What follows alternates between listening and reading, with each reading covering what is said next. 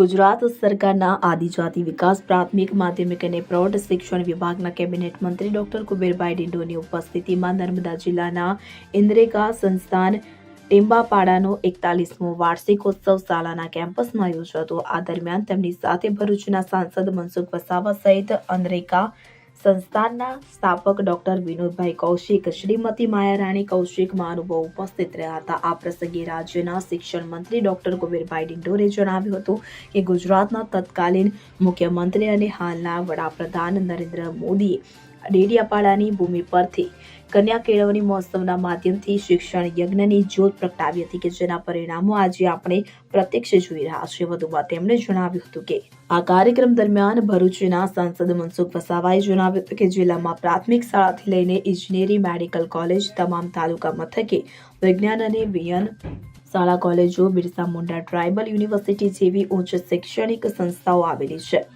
આવી સંસ્થાઓમાં અભ્યાસ પૂર્ણ કરી વિદ્યાર્થીઓ બહાર પડી તરત જ રોજગારી મેળવતા થાય તે દિશામાં નક્કર કાર્ય કરવા માટે અને વડાપ્રધાનના હર હાથ કો કામના મંત્રને સિદ્ધ કરવા શૈક્ષણિક સંસ્થાઓ સાથે બાળકોના વાલીઓને પણ જાગૃત બની સહભાગી થવા અપીલ કરી હતી।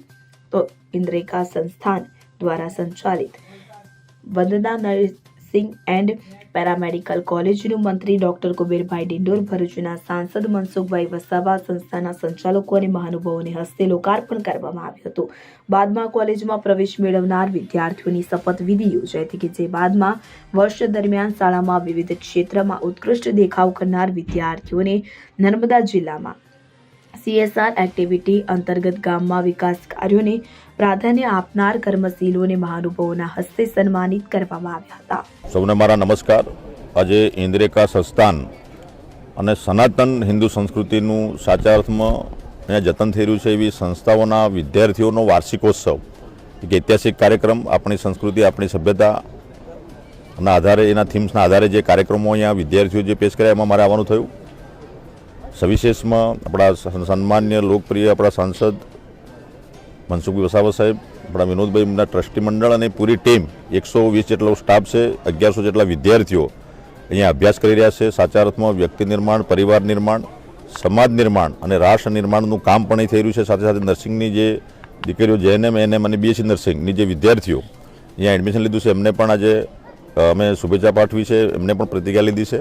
સાથે વાલી મંડળને પણ બોલાયા, બધાનું સમન્વય થાય અને વિદ્યાર્થીઓની જે આપણી નવી NEP પ્રમાણેની જે શિક્ષા નીતિ છે એનો સાચા અર્થમાં અમલ થાય એના માટેના પ્રયાસો આ સંસ્થામાં થઈ રહ્યા છે। અને સાથે સાથે આપણો નર્મદા જિલ્લો છે એ આપણે વિકાસની દ્રષ્ટિએ દાહોદ અને નર્મદા પાછળ છે, એમાં શિક્ષણમાં પણ થોડો એમાં જે કચાશ છે એ પણ આવનારા સમયમાં દૂર થાય એના માટેના પણ પ્રયત્નો રહ્યા છે।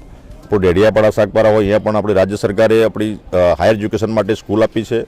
નર્મદા ખાતે બિરસા મુંડા ટ્રાઇબલ યુનિવર્સિટીની પણ આપણે શરૂઆત કરી અને બાકી અહીંયા કૃષિ યુનિવર્સિટી, કૃષિ કોલેજ પણ આપી છે અને બાકી જે એકલવ્ય મોડેલ સ્કૂલ, લો લિટરસી ગર્લ્સ સ્કૂલ, આદર્શ નિવાસી શાળાઓ, એમ કુલ મળીને પૂરા ગુજરાતમાં 101 જેટલી આપણી એ ચાલે સંસ્થાઓ ચાલે છે। જે એકલવ્ય મોડેલ સ્કૂલ, એમાં 34 સંસ્થાઓ આપણી એવી છે કે જેમાં CBSE પેટર્ન આપણો સિલેબસ ચાલુ કર્યો છે અને ઇંગ્લિશ મીડિયમ તરફ આપણે આગળ વધી રહ્યા છે। એવી 34 સંસ્થાઓ છે ગુજરાતમાં એકલવ્ય મોડેલ સ્કૂલમાં, એમાં વિદ્યાર્થીઓ અત્યારે ભણી રહ્યા છે। 2,70,000 વિદ્યાર્થીઓ ટોટલ આપણા જે એકલવ્ય મોડેલ સ્કૂલ, લો લિટરસી ગર્લ્સ સ્કૂલ, આદર્શ નિવાસી શાળાઓ, આશ્રમ શાળાઓ 661 જેટલી ચાલે છે।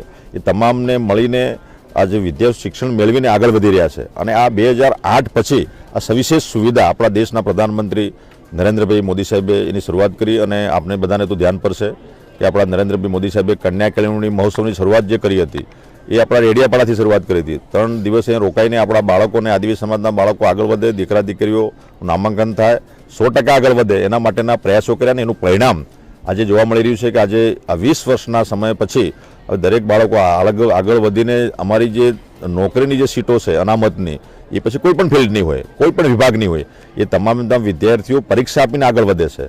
એમાં જે સ્કિલ છે, સ્કિલ બેઝ એજ્યુકેશન આપીને આપણા વિદ્યાર્થીઓ આગળ વધી રહ્યા છે। એટલે આનંદની બાબત એ છે કે અત્યારે મેડિકલની સીટો પણ તમામ ભરાય છે અને કોઈ પણ ગામ એવું ના હોય ગુજરાતનું કે ત્યાંથી 1-2 ડૉક્ટર આ છેલ્લા 15 વર્ષના સમયગાળામાં ના બન્યા હોય કે મેડિકલમાં એ ગયા ના હોય। એ ઐતિહાસિક કામ થયું છે, એટલે મોદી સાહેબનો જેટલો આભાર માનીએ એટલો ઓછો છે। જ્યોતિ જગતાપ સાથે CN24 ન્યૂઝ રાજપીપળા. હવે જુઓ દેશ દુનિયાની તમામ ખબરો તમારી આંગળીના ટેરવે.